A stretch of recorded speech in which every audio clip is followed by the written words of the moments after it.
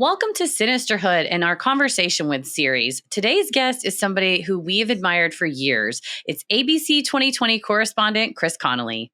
Chris has been telling powerful, human-centered stories for decades, from his days profiling the world's biggest stars at Rolling Stone and MTV, to his in-depth sports reporting at ESPN, to his current work on true crime cases.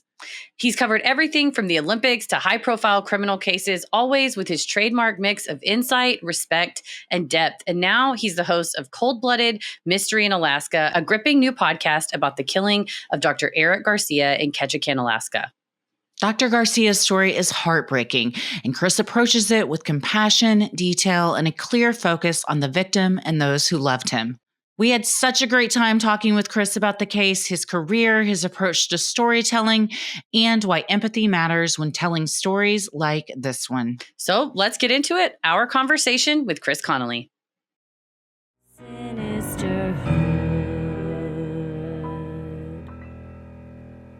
Today, we could not be more thrilled to be joined by Chris Connelly, host of the new podcast, Cold-Blooded Mystery in Alaska. But we and you all probably know him from his illustrious journalism career. Thanks for being here with us, Chris. Thank you so much to both of you for having me. No, it's I'd never thought of myself as illustrious and will from this moment onwards. So. Yeah, you should. You should. You're illustrious. I insist on that billing henceforth, like.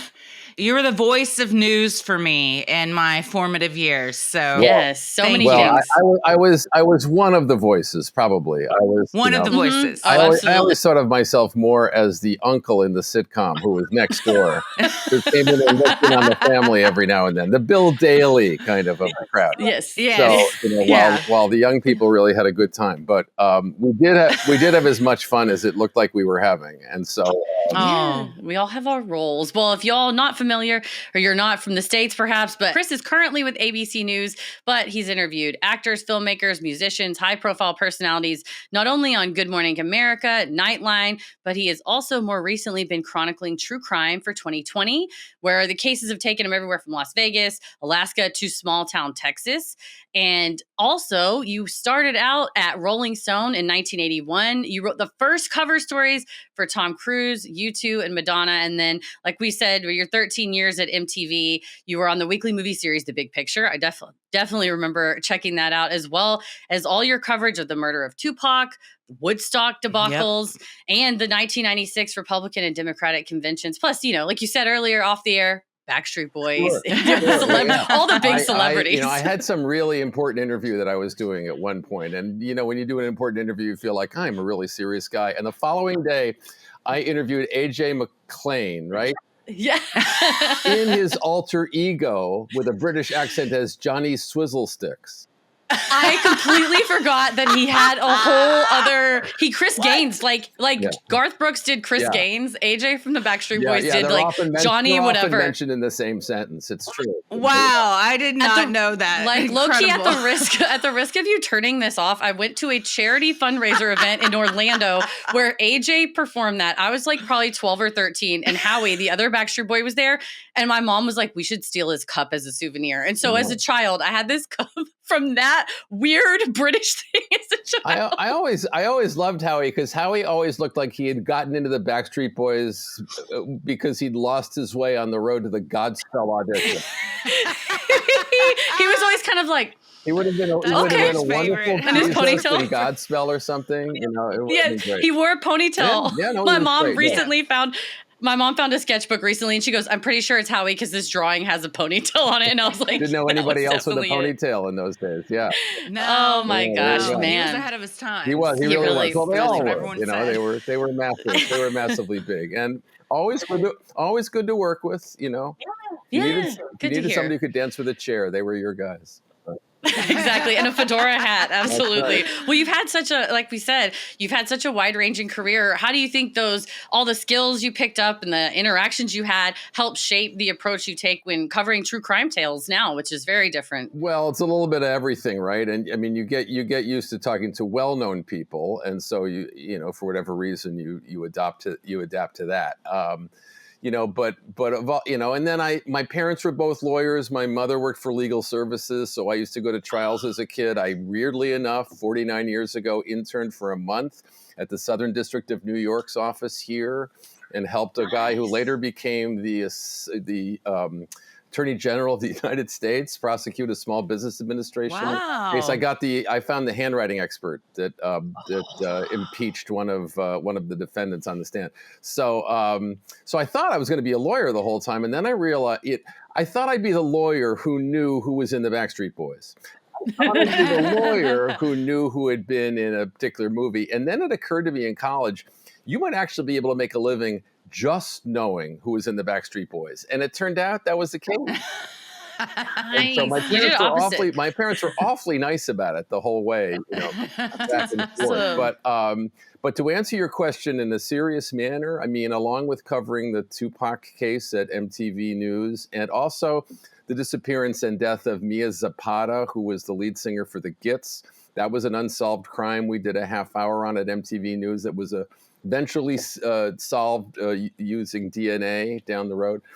I would actually say it's my ongoing work at ESPN that's been the most useful in terms of preparing to do these true crime cases, because while I love sports and even if sports hasn't always loved me back as an athlete, I do a lot of what you'd call human interest stories at ESPN, and that often involves talking to people who are going through a crisis or have been through one. And so learning how to speak to people about some of the most challenging days of their lives is something that I've learned through my 20 years or so at ESPN, and bringing those skills to the table, to talk to the people involved in a crime case has certainly been useful for me, I'd say.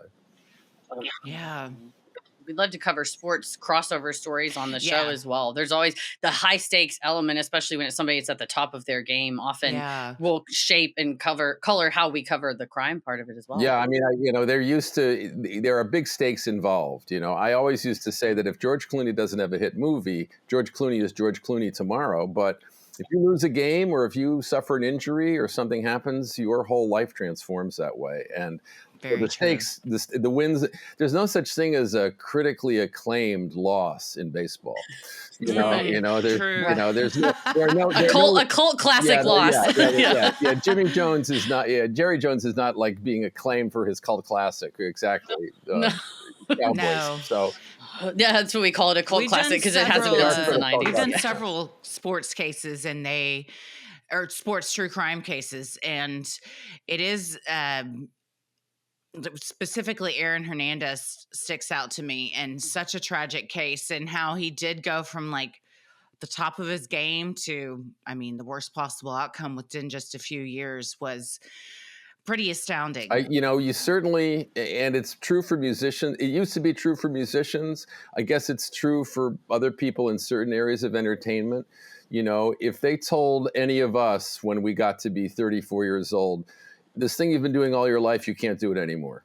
You're going to have to find something else to do. None of the skills that you've learned at this point will be relevant anymore. You need to leave. And even in entertainment, unless maybe you're a model or, maybe you're a child actor or something, it's really hard, I think, to build a life once you've, built it around that. And so you certainly see that on, not true for all athletes by any stretch, but it can certainly be a challenge for them.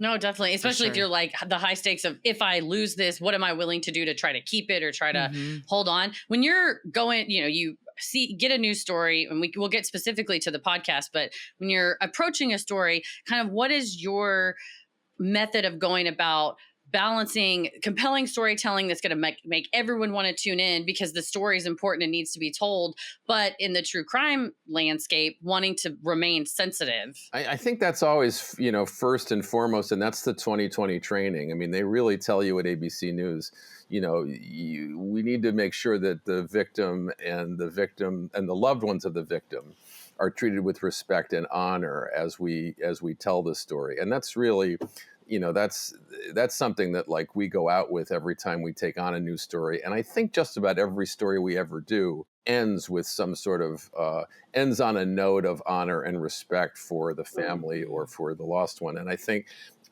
that's important to kind of bear in mind, so it doesn't, so that we don't let what some might say the lurid aspects of certain cases overtake what we're trying to do. So you sort of go in with that, and with that as a framework, as you talk to people who knew the deceased or who, worked with them or something, that's always kind of in your mind. I think in a lot of cases, they want people to realize that as much as the story is being told because they died, they want people to know what kind of human beings they were. And this is an opportunity for them to share those stories. And so you ask about what they were like when they were, when they were among us, and what they, what people liked about them, what they loved about them. It's very true for this story.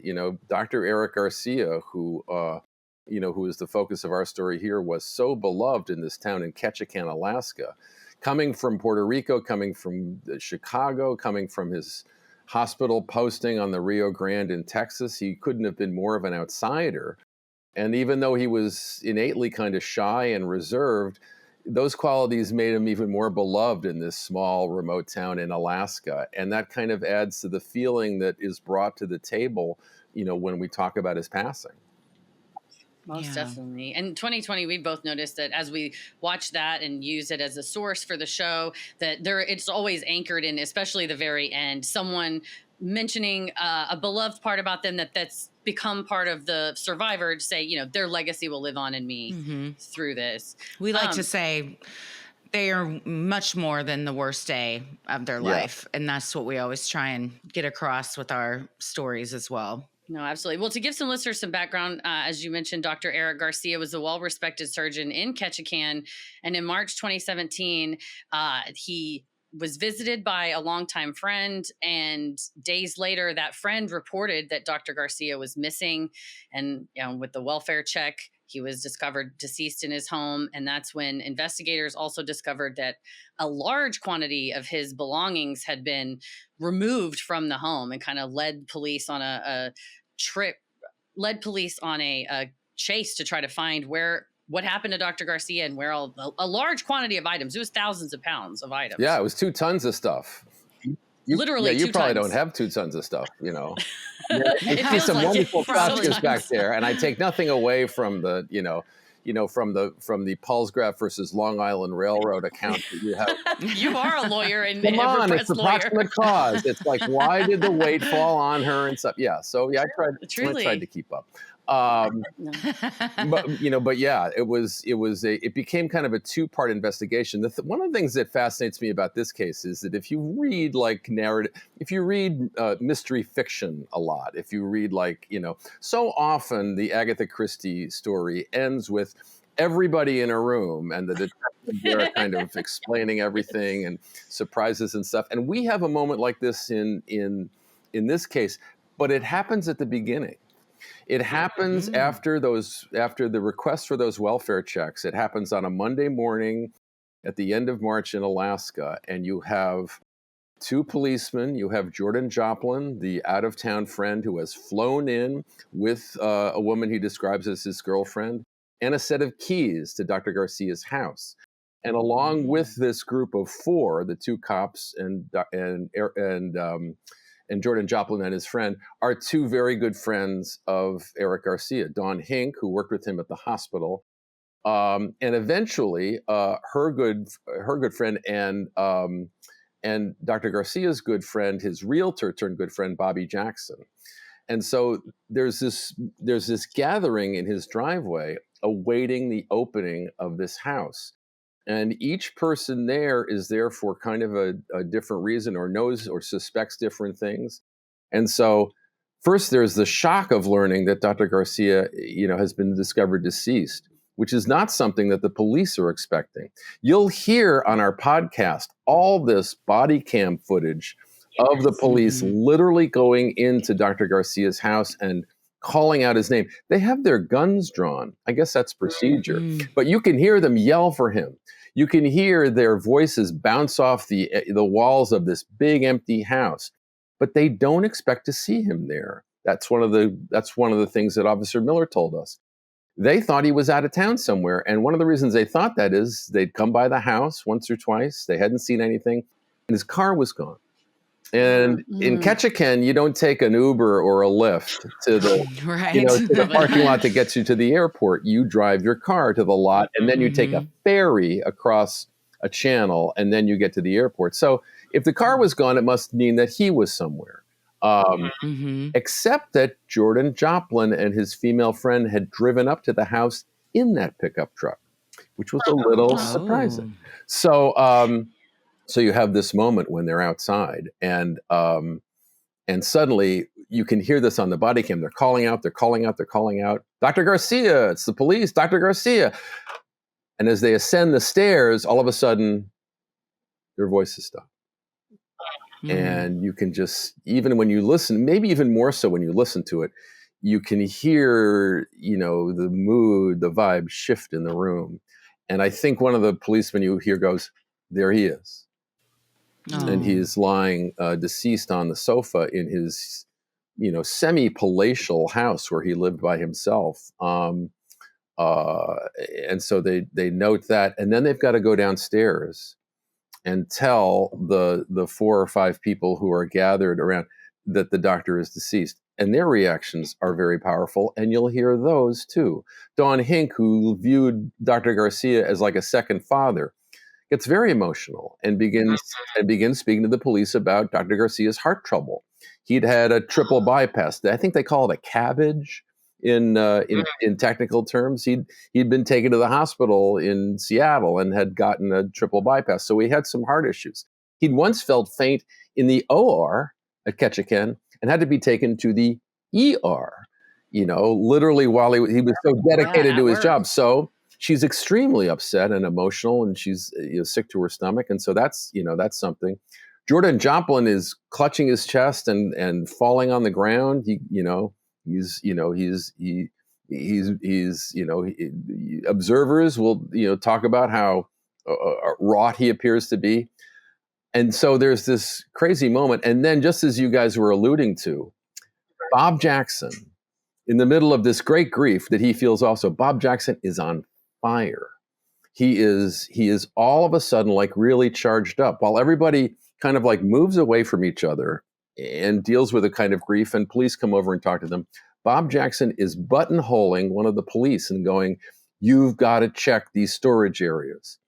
He had hundreds of thousands of dollars of goods in the house. And the police have just found a dead body, which is not so unusual in Alaska.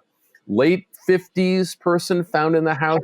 Heart problems. Heart problems are just like, it's that time of year, in Alaska where it gets, a little seasonal affect disorder, they've done this before. But all of a sudden, so maybe it's natural causes. Yeah, maybe it's his heart, or, there seems to be an empty pill bottle next to the doctor. Maybe there's something going on there. But Bob Jackson is on them saying, you've got to check right now if this stuff is missing. And understandably, the cops are like, okay, we'll get to that. Like, okay, he's in there. He says, you've got to do it. And he gets them to do it. And so this is a huge moment, as you were alluding to, in the investigation, which hasn't even begun yet. Where is it? Well, there's this place underneath the stairs. It's not even a big fancy, safe place, but it is locked. And so Jordan Joplin, who had the keys to the house, well, he's also got a key to the storage facility, which is locked. And so here come the cops again, and you can hear them do this, as it happened on the podcast. Yeah, they unlock it, and it's empty. There are racks with nothing on them. And I think you can hear Bob Jackson go, "Oh my God, they've taken it all." Yeah, especially given the quantity, that it's very unusual. It'd be one thing if pieces were missing or part of it, but wholly removed and emptied out, that is an appropriate reaction to it. I mean, first of all, go check. And second of all, the fact that it's gone, it didn't all happen in one night. Well, Bob Jackson had moved Dr. Garcia into the house. So he knew. And so literally the car was touching the ground because of the weight of all this stuff. To clarify, Dr. Eric Garcia lived alone in this house and didn't have a spouse or children or anything. And so spent a lot of the money that he made as the surgeon in the town on luxury goods. We're talking 20 or 30-year-old whiskeys or single malts or coins from the Franklin Mint, literally pieces of gold, things like that, luxury watches, tens of thousands, hundreds of thousands of dollars in these goods, which he kept carefully tracked on his spreadsheet, knew everything, and was almost profligate in his generosity with these goods towards other people in the town. Oh, you like my watch? Here, have my watch. Oh, here's a piece of gold. People were kind of taken aback in a sense by how he'd give stuff away to people he barely even knew, which just tells you a lot of people in town knew that he had a ton of valuable stuff in the house, which he was free with, but which he definitely collected. So had he given it away? I mean, it wasn't there, but it didn't necessarily mean it had been stolen. One of the things that you'll hear the cops say over and over again, and they said it to me, is we didn't know if any of these things were connected. We had a dead, doctor up on the second floor. We saw all this stuff missing from beneath it. Was there any connection between the two of them? Had he given all of his stuff away? And what were the causes of death? So in a way, what makes this case fascinating is from that moment, it's almost a two-pronged investigation. You are looking into what's happened here, and there'll be an autopsy, which rules out a heart attack, if I remember correctly. But toxicology is going to take 6 weeks. So you're trying to investigate why he died, but you're also trying to investigate where the heck is all this stuff? Who cleaned him out and how and when? Yeah. And so, well, that's the community itself was a fascinating aspect of it, just given that it is so small. And it's my understanding even that responding officer had been operated on by Dr. Garcia. Like that's kind of how small the community was. So given that you kind of had to wait for toxicology, what was the mood? Was it suspicion in the community or more like an outsider? I mean, Heather, people were just heartbroken, because everybody had been touched in some way by Dr. Garcia. Saul Garcia, his brother, who would come to town and stay in that house for a while, as we talk about later. Saul Garcia told us that he went to the grocery store with his brother once. And it was almost like going to the grocery store with a celebrity. Like you couldn't get out of the grocery store without somebody saying, "Thanks for taking care of my aunt. Oh, my sister's doing much better. Oh, how's your mother doing?" That kind of thing. Like he had something to do with so many people. Sometimes you think of a surgeon as being a technician, and it's not a knock. It's like they're not always the warmest people in town. Right. I heard one, and sometimes there's a reason for that. Somebody says if the surgeon cries, the patient dies. Right? They have to be really, but Dr. Garcia wasn't like that. Like he was this compassionate guy. He was this warm, compassionate guy, even though he was very shy. And he was seen by the town as being a wonderful diagnostician as well. Like he could tell what was wrong with you and do that kind of thing. So he did a lot of things and he touched a lot of people in town, like you say, Officer Miller. So it was a real blow.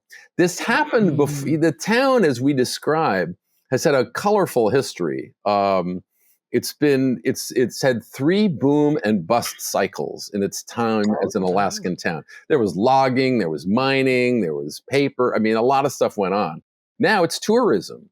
These, if you ever take a cruise up to Alaska from Vancouver or Seattle, probably your first port of call is going to be Ketchikan. And so when those cruise ships start, and I guess they go from April to October, something like that, thousands of people come into town, just to stretch their legs and to buy a few things and stuff like that. And a lot of the town's economy is set up to kind of make for shopping experiences for people who are just getting off, So that's a whole aspect of the town that we encountered because we were there during the summer months, and there were these huge ships coming into this gorgeous tiny town and all these people getting out. That's how Dr. Garcia found out about Ketchikan in the first place. He was on one of those cruises. He loved the town. He loved the wildlife. He says, "Wow, it'd be fun to live here someday." We do that all the time on tour. We've never taken the leap of moving. Well, because you didn't get called by a recruiter. Like we did like a year later, who said we're not highly sought after surgeons either.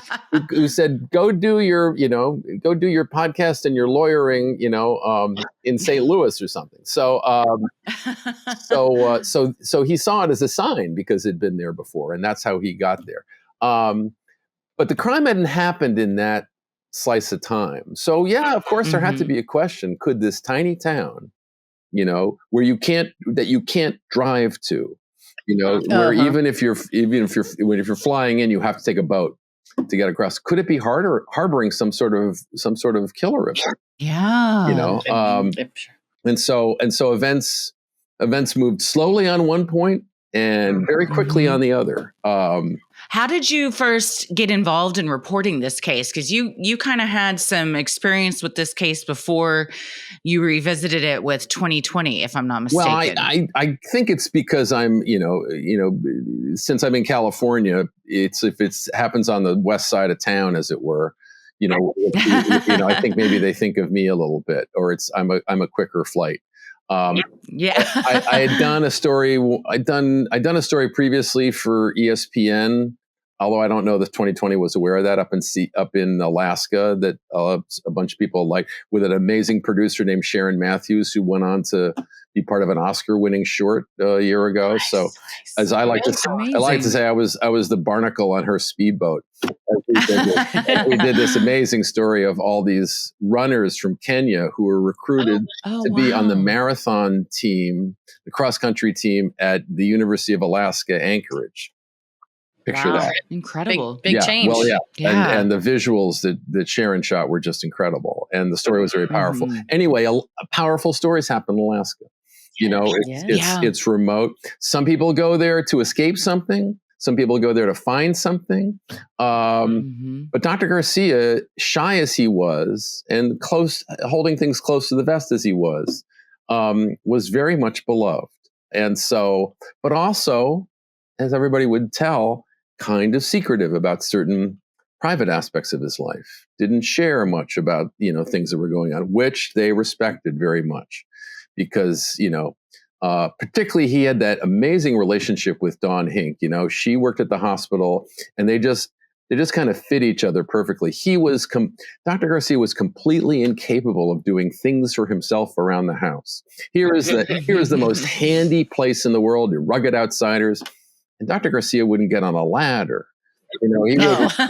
His brothers. You try to keep your surgeon hands safe, though, too. That's a cool thing. I was thinking that because there's that amazing movie that Harrison Ford is in called Frantic with Betty Buckley. It's a Robert Towne movie, and he's a surgeon. He gets off a plane, and you can see how vain he is about his hands from the very beginning.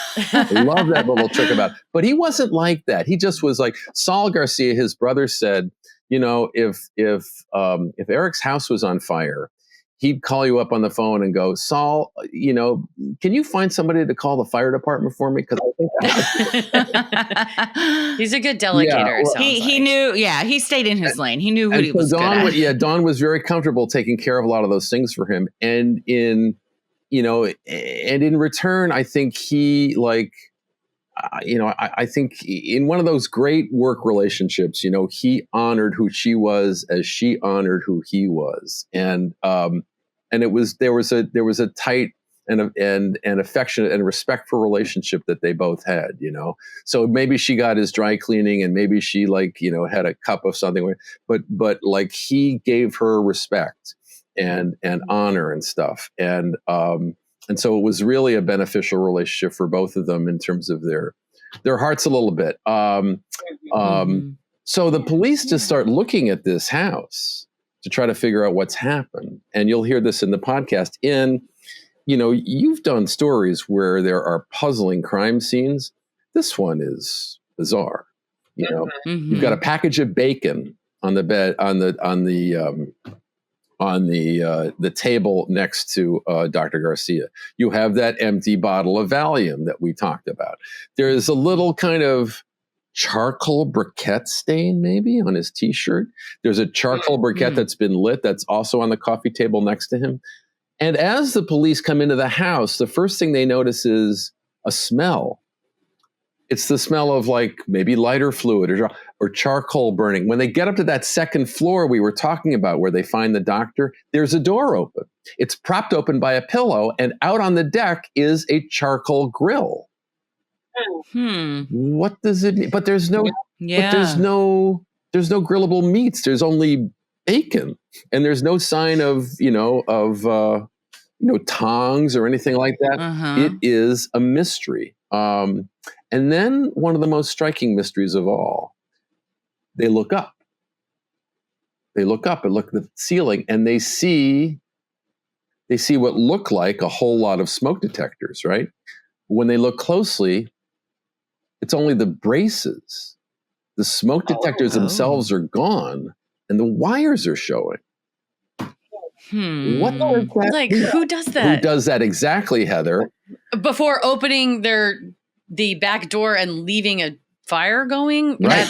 Right. So the thought is this like the is this the equivalent of turning the car exhaust on in your garage and trying to take your own life? But the reason why those smoke detectors are so interesting, remember when we said Dr. Garcia never got on a ladder? Yeah. And didn't somebody do things. else would have had to have taken him down. There was zero chance, according to his friends and relatives, that Dr. Garcia was getting on a ladder and taking down a smoke detector. There was a not a very big chance that he was starting a fire either, like he was going to barbecue. Nobody could remember him barbecuing before. It just with no meat around, it just wasn't his thing. So this required the police, and they'll tell you this. They knew that this scene was going to tell them what had happened to Dr. Garcia, but but it was a real puzzle. It was a real enigma. Stuff was missing, and then stuff was there that didn't seem like it should be there. Solving it would solve the mystery. And then they had to go to work to do that. Yeah, for sure. And the podcast includes a lot more body cam footage than the 2020 coverage did.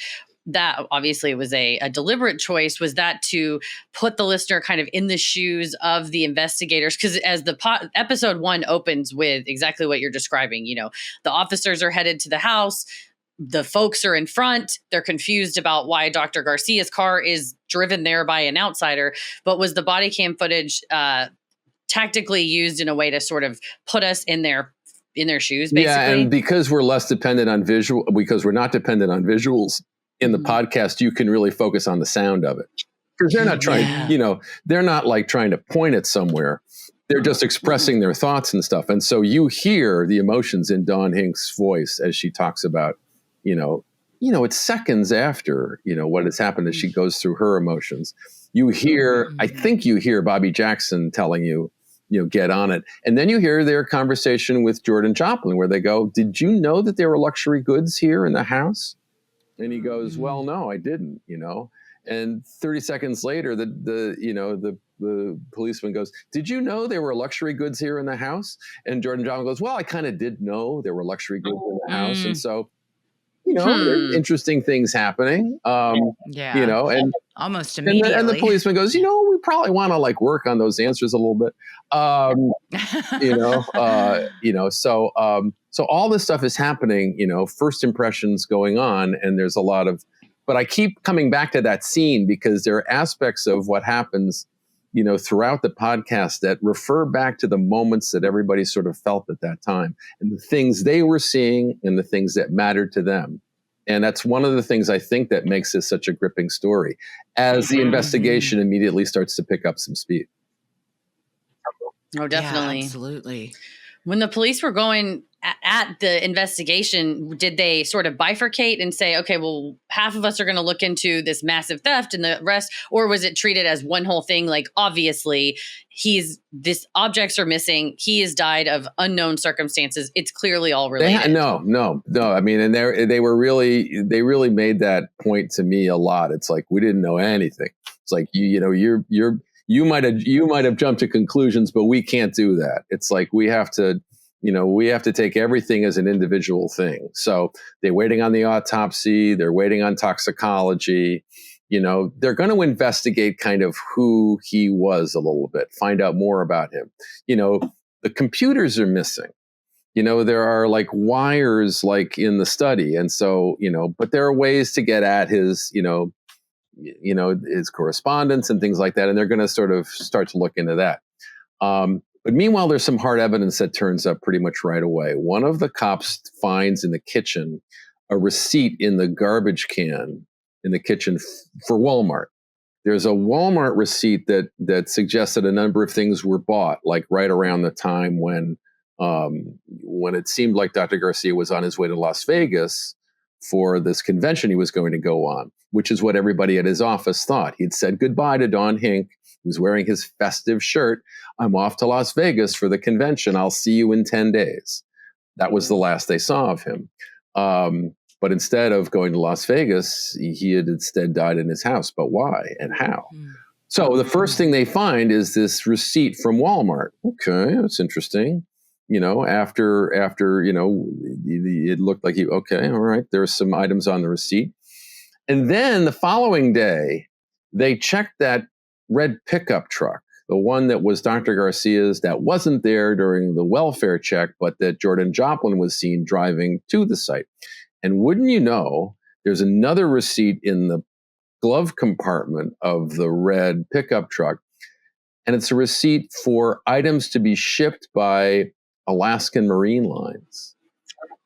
Shipped from Ketchikan to Jordan Joplin's house in, is it Maple Grove, Washington State, I think?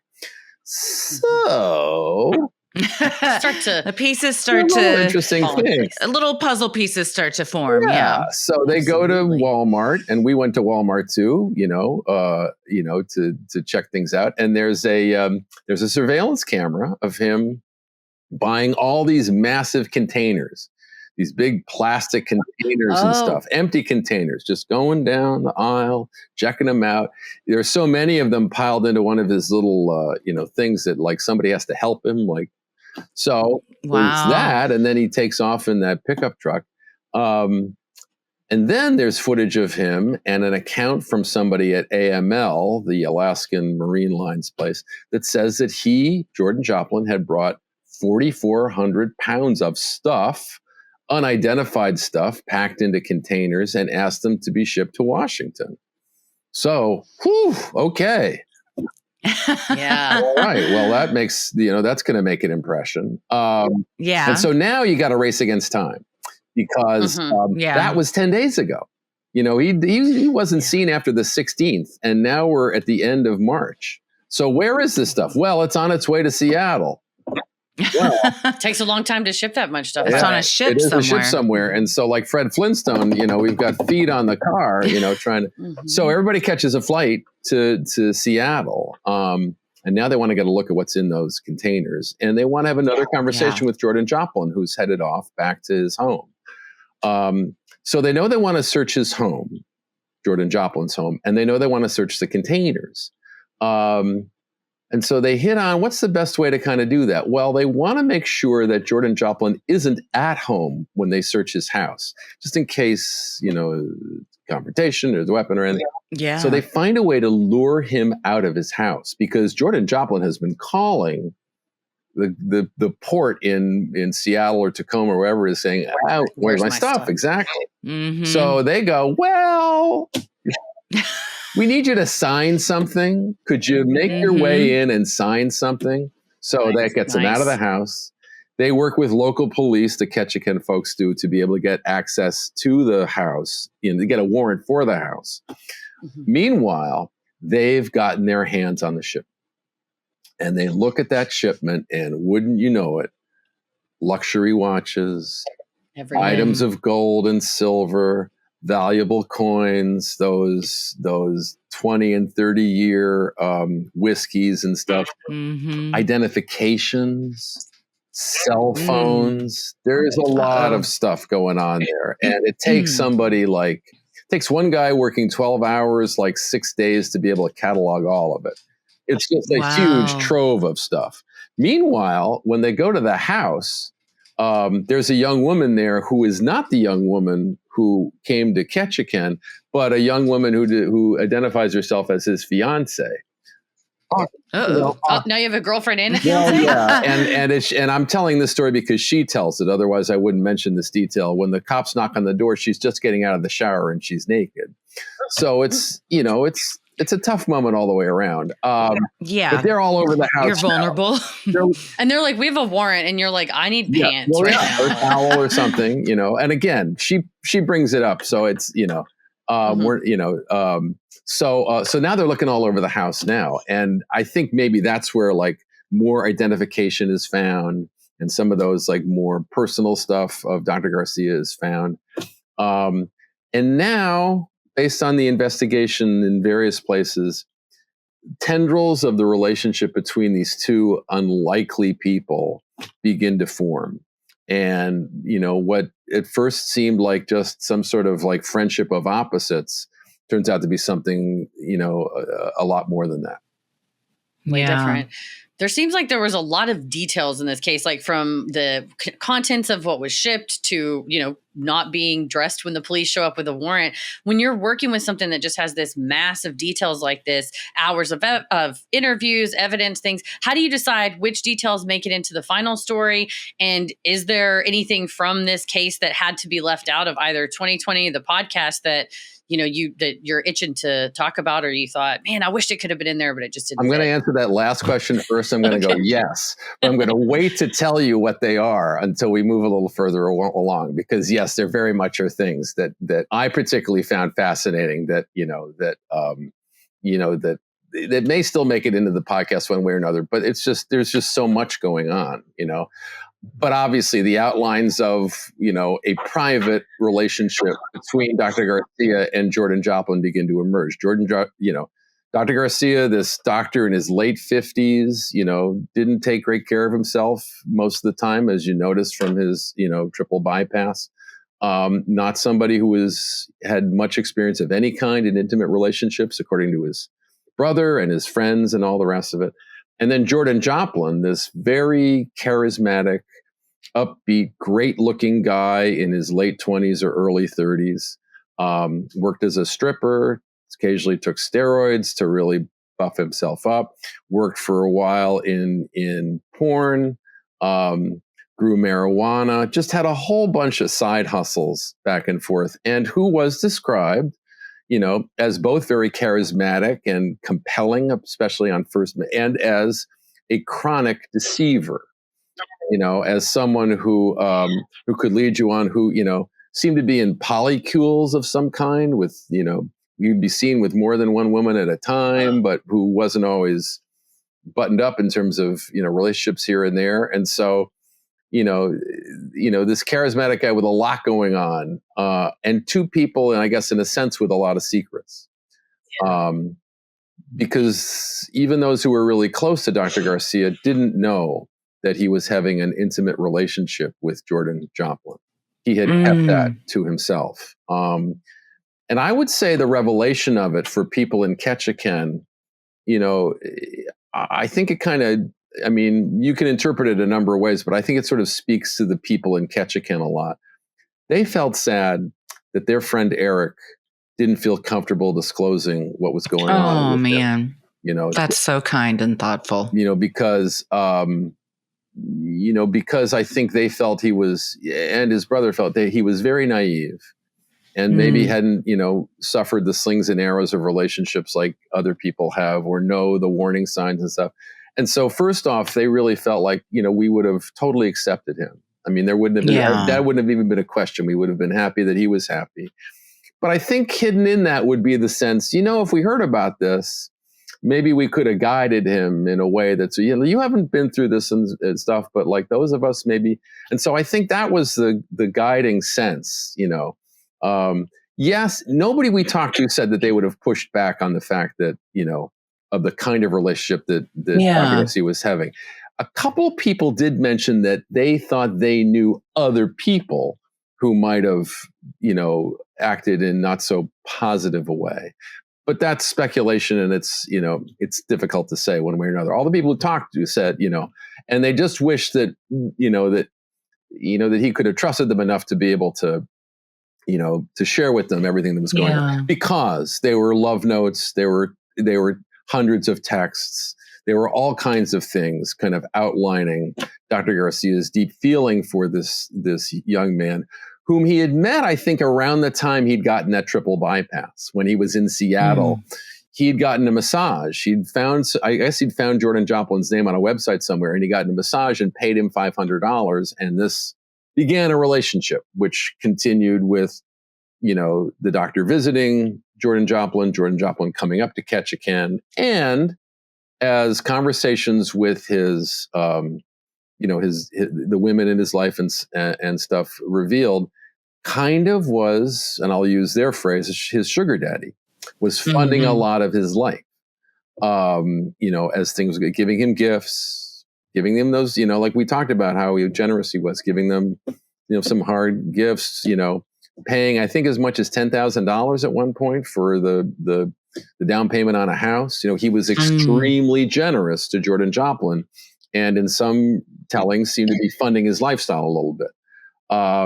So all that was going on, and there was one particular, but it was, was an unusual relationship because it was sort of kept in secret, and they were obviously from different worlds. And there was a chilling note in a card, a Valentine's Day card that the officers found at Jordan Joplin's house, and it was like I guess it was after some encounter that the two of them had. And it was an affectionate note from Dr. Garcia, and concealed in that note, or written in that note, was Dr. Garcia saying, you'll probably kill me. Oh, wow. So all that's going on. And so it makes sense to, and I know I'm monologuing here like a villain at the end of a No, I'm gripped. I'm fascinated. Do you think that line of "you'll probably kill me" was kind of tongue in cheek, or did he perhaps have an indication of that he knew where this might be going? I know you mentioned his friends said he was a bit naive to these things. Humor is the graveyard of emotion, I think, is what Freud wrote. Write it down. Right? Mm-hmm. So it wasn't used in that colloquial sense of, you'll probably kill me for telling you this. It wasn't, you wouldn't use it that way. It's like, oh, you'll probably kill me, but I'm into this relationship for keeps. Some context like that. I think you'll hear more of it when you listen to the podcast, and we will have captured it, in full context and stuff. So Jordan Joplin is on the hook for this theft. He says it's all stuff that's been given to him. And he will eventually say that Dr. Garcia wanted to retire to Washington State, and so he was helping bring all of his stuff there. And that's what that was all about.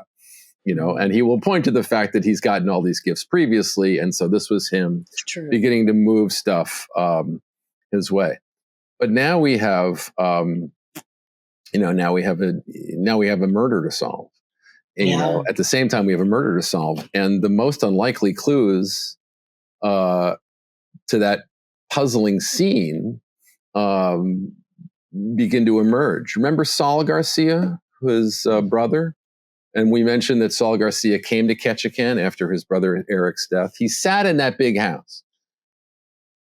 And it kind of, I don't think anything freaks Saul Garcia out, but he was troubled at how isolated it was. He felt that it must have been very lonely.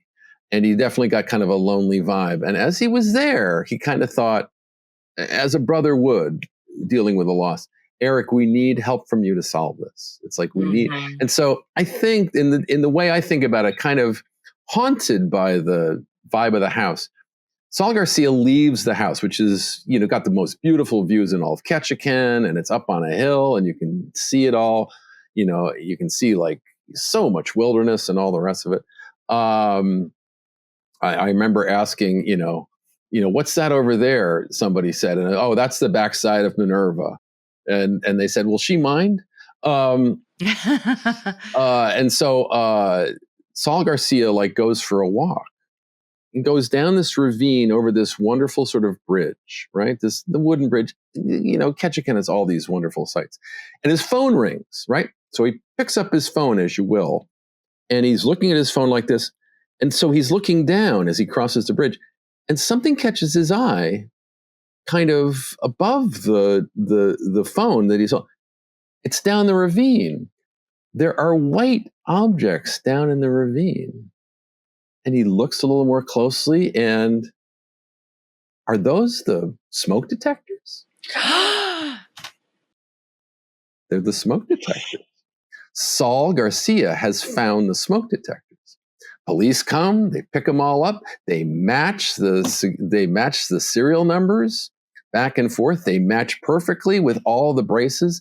Someone has dumped the smoke detectors in this ravine, and now they've been found.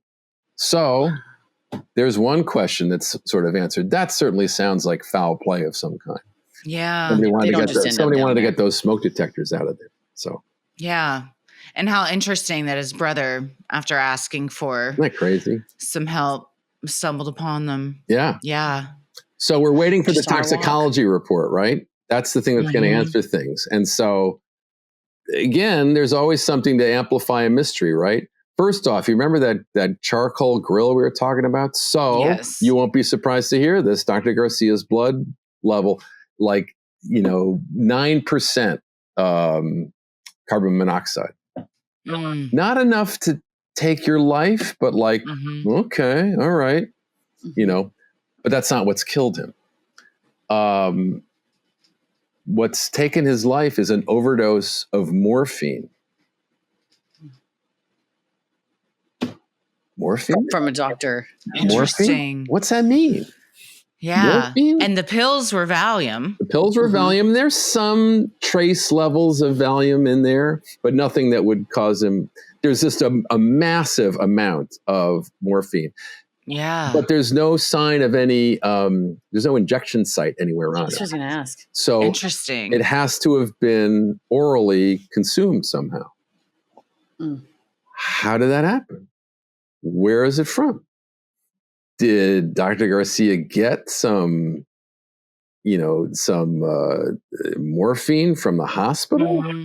Who else could have gotten their hands on morphine? So while you're understanding that all the, it looks like all the signs are kind of pointing to Jordan Joplin as both the thief and likely the person who took Dr. Garcia's life, the means of his death are a big mystery. It's like, how did that happen? So, and circumstantial evidence, it sounds like, in all these cases, rather than direct evidence of, we have his fingerprints on a glass with the morphine next to it.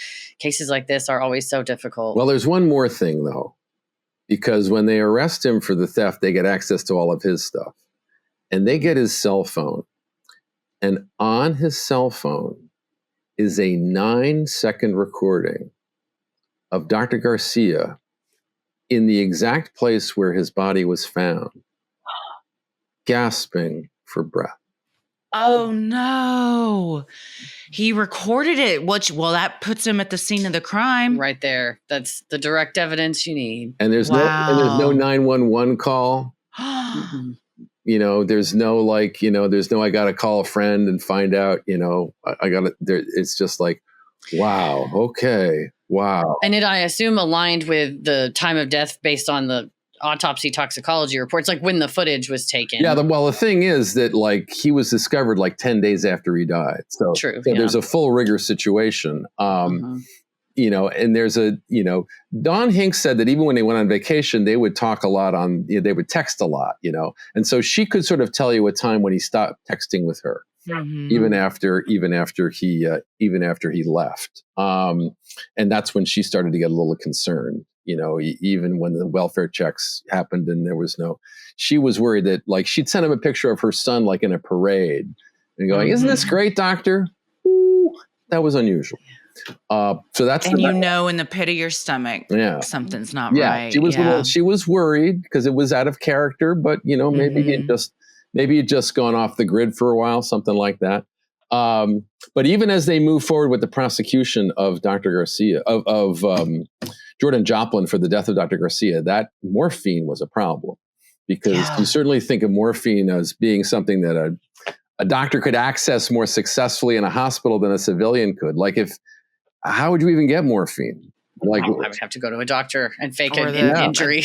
Dealer of some sort. I don't know. So 2 years after the arrest of Jordan Joplin, remember, when, this is in the time of COVID, he's also, Dr. Garcia is so beloved in Ketchikan that they're going to need a venue change.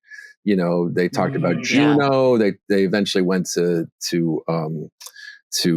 Anchorage, so a lot of that's going on. So there's a lot of time that passes between the arrests and the trial happening.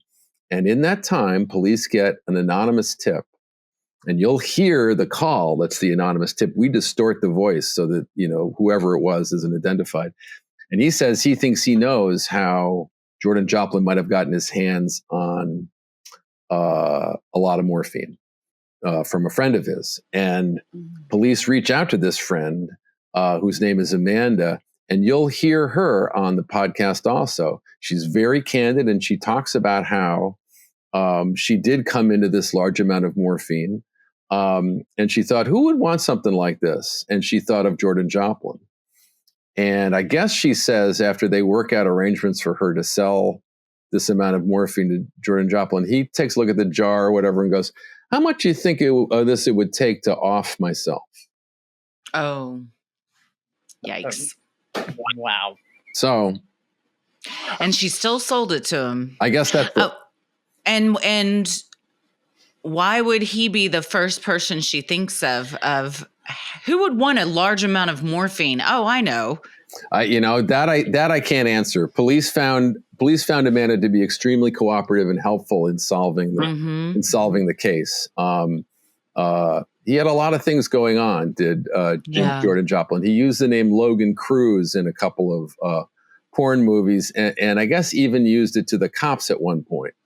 When he would call, he was calling in the request for the welfare checks, which was kind of odd. Yeah, and, he was the one calling. He was the one calling, concerned, establishing a sort of concern, and he would talk to like a dispatcher when he would do that, and he would sort of, we look back now, and he was going, oh yeah, the doctor's been kind of suicidal. I've been worried about him a little bit, and every time I think he's talking to a dispatcher, I keep thinking that the dispatcher could have just said, sir, this is a Wendy's. They're not interested in all that. They're not even going to tell the cops all that. It's just like, okay, you want a welfare check? We'll do that. We'll drive by the house. You don't have to give us, we don't all these details. Yeah, just give us the news. We don't need the weather, but later they hung on to those things, those recordings. Yeah, they're recorded. No, it sort of looks like, a little of that. And so hindsight's 2020. Exactly. And so are we. Yeah. So are we. So are you. Oh, that should be y'all's new motto, your new tagline. Well, thanks to you. You've looked out for us. See, we don't think we don't appreciate it. So. Wow. It's such a compelling story. It really is. So you talked about the things that I like in particular, or the details that stand out, and some of them were just about emotions, like that last day that Don Hinks saw Dr. Garcia. Remember, we talked about how that he wasn't a technician. He really felt something. He was festive and ready to go, but he'd had to give bad news to a patient that day. And she could see how it clouded his feelings. As festive as he was, it was goodbye day. They were going to say a big goodbye, because I'll have a good time, and as friends will do. But this had clouded his feelings. And she told so beautifully, she said, so instead of that big hug, we had like a side hug. We had like a side hug because I know he was, I knew he was feeling something. So I sent him a note saying, you're really special and you make a big difference in the world. And he sent me a note that day. And it just knocked me out that all that stuff was going on. But as for evidence, remember we talked about how they looked in the kitchen and they found that thing. What was in the dishwasher? A red Solo cup. Just one. Exactly. In the dishwasher. Exactly. You guys are way ahead of me already. Right? Who washes a red Solo cup? Right? You throw it out, right? Mm-hmm. Yeah. And fill it up, throw it out. You throw it out. They found a red Solo cup in the dishwasher, and the prosecution made a point of mentioning it in their close, to the jurors. What is a red Solo cup doing in a dishwasher? You only put it there instead of throwing it out if you're afraid that somebody will check what's in it, and so or been in it. And so while they were, while nobody ever there was no video of anybody pouring anything in, there was a little bit of like a purple liquid found on the top of one of the thing that Dr. Garcia was dressed in, as if maybe it had, something like that. And what else was in the dishwasher was his was his beloved blender, because he would have like these fruit juices in the morning, and you don't want to dishwash a blender, right? So, so that again had the sense that like whatever he had been plied with, under whatever conditions he was plied with them, it's connected to the solo cup and the blender for sure. And that's the type of stuff the jury's like, they can make the connection. Yeah. Like, well, he was blended up a morphine smoothie and it was fed to him, and then they tried to clean it up. That's one of those, like, everybody knows that you don't wash the red solo cup. Everybody knows that. And so, and so I can't help but think that must have made, some kind of impression.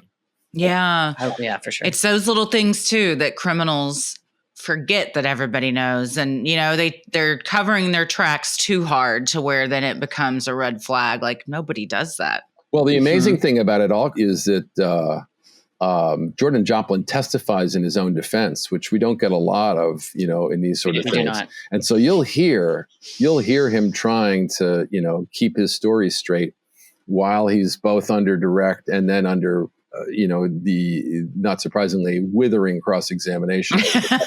And so him trying to balance all these things and to make sense out of all of it is, it's fascinating to hear. Yeah. And so remember how we talked about, like, that first moment is so fraught with things. And we discussed how Don Hink was nervous about Dr. Garcia not returning with his texts while he was gone. So Don is out there at a moment that everybody else thinks is just kind of a standard moment, when Jordan Joplin passes the keys that he says Dr. Garcia gave him to the front door to the officers to open the door, right? It's just a stand. I mean, something horrible is about to happen in 90 seconds, but this should be relatively a banal moment, right? It's like we're just handing over keys. Don Hink is looking at those keys. It's from a keychain that she gave Dr. Garcia when she came back from her honeymoon. She knows he would never have given that gift away. Yeah. And in that certain things like that. In that moment, knowing the heart of the man who she respected so much, whom she was proud to be called his work daughter, knowing in her heart the kind of guy he was, a huge feeling of dread comes over her at that moment, because there's no way he would have done something like that. Yeah. You feel sick. Yeah. Oh, yeah. Especially knowing he wasn't returning your texts. And this person shows up in his car. Yeah. You probably already have a not great impression of him. And then you see the keys. Yeah. Yeah. Oof. So, so the underscore of all this is this affection that this community, where people in some cases have been for generations and stuff, took for this man who came from so far away with such a different background, and who without being this effusive person, without being like a, really outgoing guy, won their hearts. And and it's and that's kind of that's what we've tried to sort of keep alive as we talk about him on the podcast, is like, this was a special guy, and he should be remembered for the special things he did and the ways he touched this community of people that not only needed what he did, but responded to who he was. Yeah. And all of who he was. Exactly. Even the parts they didn't know at the time, they would have accepted. I think that's right. That's beautiful. Yeah.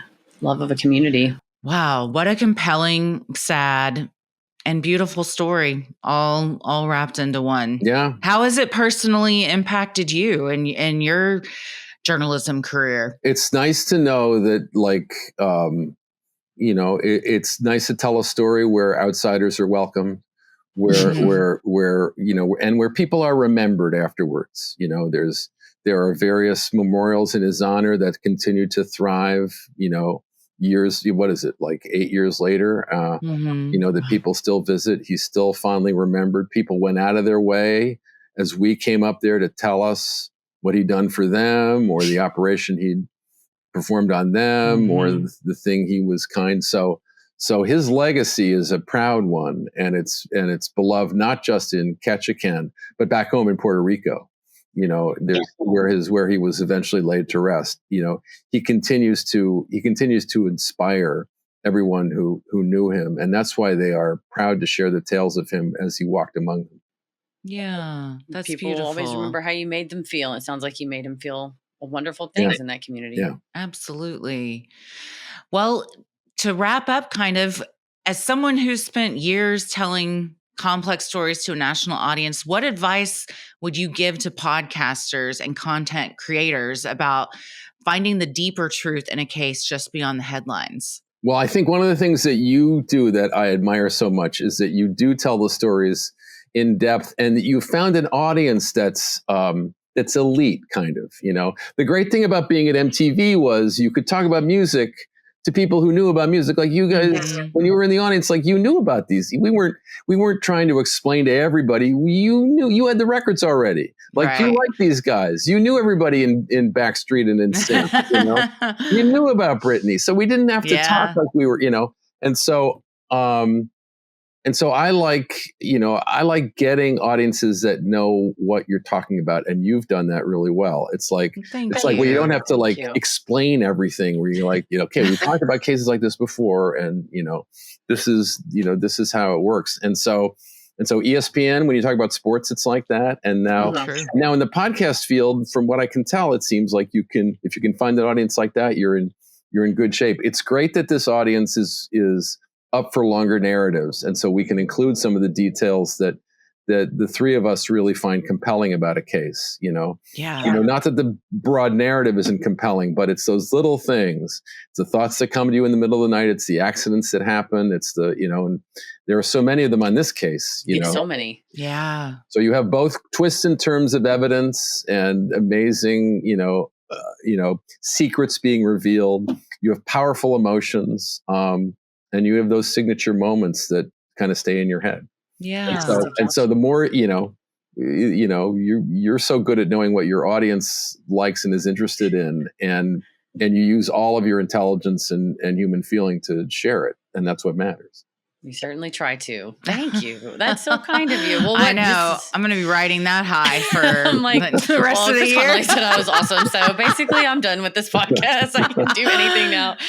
Going out on top. What a phenomenal time we've had talking with you. This, obviously, Cold Blooded is current. Mystery in Alaska is currently airing. It comes out Tuesdays and then Wednesdays on the 2020 feed. What is next in the hopper? What cases, projects you working on next? Well, the TV season starts up again in September, so I've got a couple of places I have to be before the end of the summer.